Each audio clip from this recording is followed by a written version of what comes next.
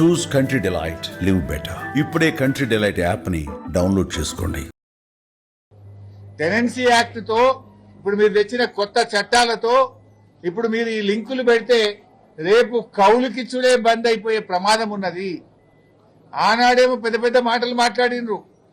ఏ కౌలు రైతుకు కూడా మేము రైతు బంధు ఇస్తాం, కౌలు రైతులకు పంట నష్టపరిహారం ఇస్తాం, రైతుకి ఇస్తాం, కౌలు రైతుకి ఇస్తామన్నారు.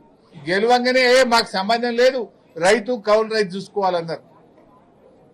ఇప్పుడు మీరు చేసే తుగ్లక్ పనుల వల్ల ఈ యాప్ల పేరిట, యూరియా బస్తాల పేరిట అసలు కౌలు రైతులకు మొదటికే మోసం చేస్తున్నది కాంగ్రెస్ ప్రభుత్వం. రేపు రైతులే కౌలుకు ఇవ్వని పరిస్థితి ఏర్పడుతుంది. రైతులకు కౌలు రైతులకు మధ్య పంచాయతీ పెడుతుంది ఇలా కాంగ్రెస్ ప్రభుత్వం. ఈ యూరియా కోసం ఎన్నిసార్లు తిరగాలి? బాయికాడ బర్రెని దుడ్డని చూసుకోవాలనా, వ్యవసాయం చూసుకోవాలనా, మీ ఆఫీసర్ల చుట్టూ తిరగాలనా?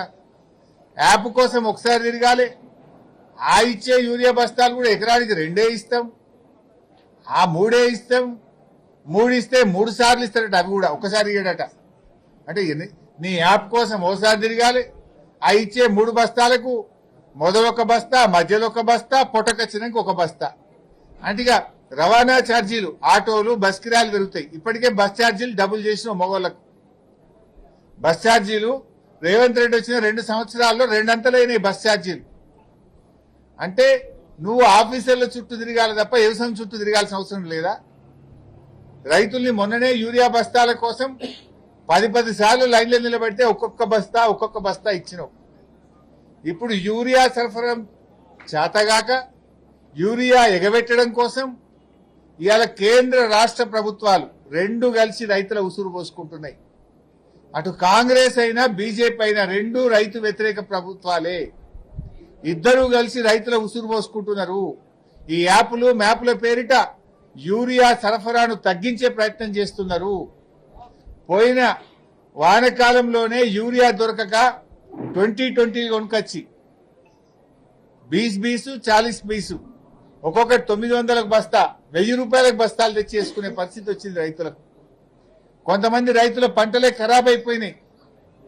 రైతులు రోడ్ల మీద నిలబడితే ప్రభుత్వాన్ని తిడుతున్నారని, రైతులు ప్రభుత్వం మీద తిరగబడుతున్నారని ఇప్పుడు కొత్తగా ఈ యాప్ మ్యాప్ పాలసీ తెచ్చింది.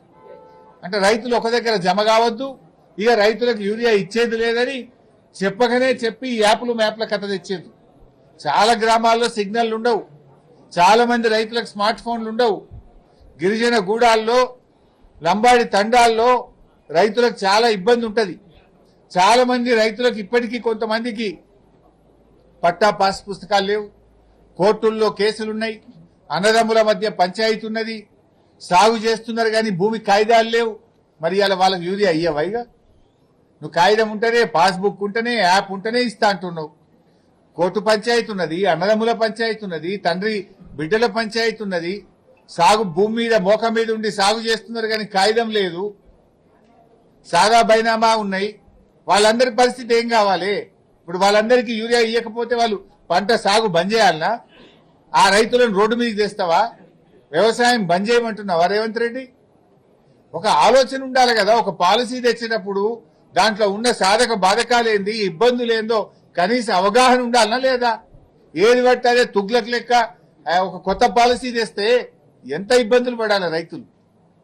ఇవాళ చాలా ఇదొక తుగ్లక్ నిర్ణయం. దీని వెంటనే వెనక్కి తీసుకురావాలని చెప్పి మేము కోరుతా ఉన్నాం.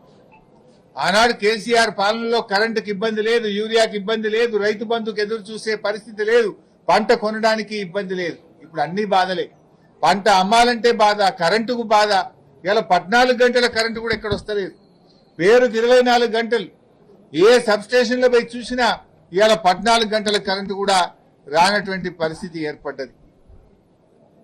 చాలా మంది రైతులకు అక్షరాస్యత లేదు. చదువుకొని రైతులు ఉంటారు, మహిళా రైతులు ఉంటారు, ఒంటరి రైతులు ఉంటారు, విడో ఫార్మర్స్ ఉంటారు. వాళ్ళ పరిస్థితి ఏంది? ఫోనే లేనోళ్ళు కూడా ఉంటారు కొంతమంది.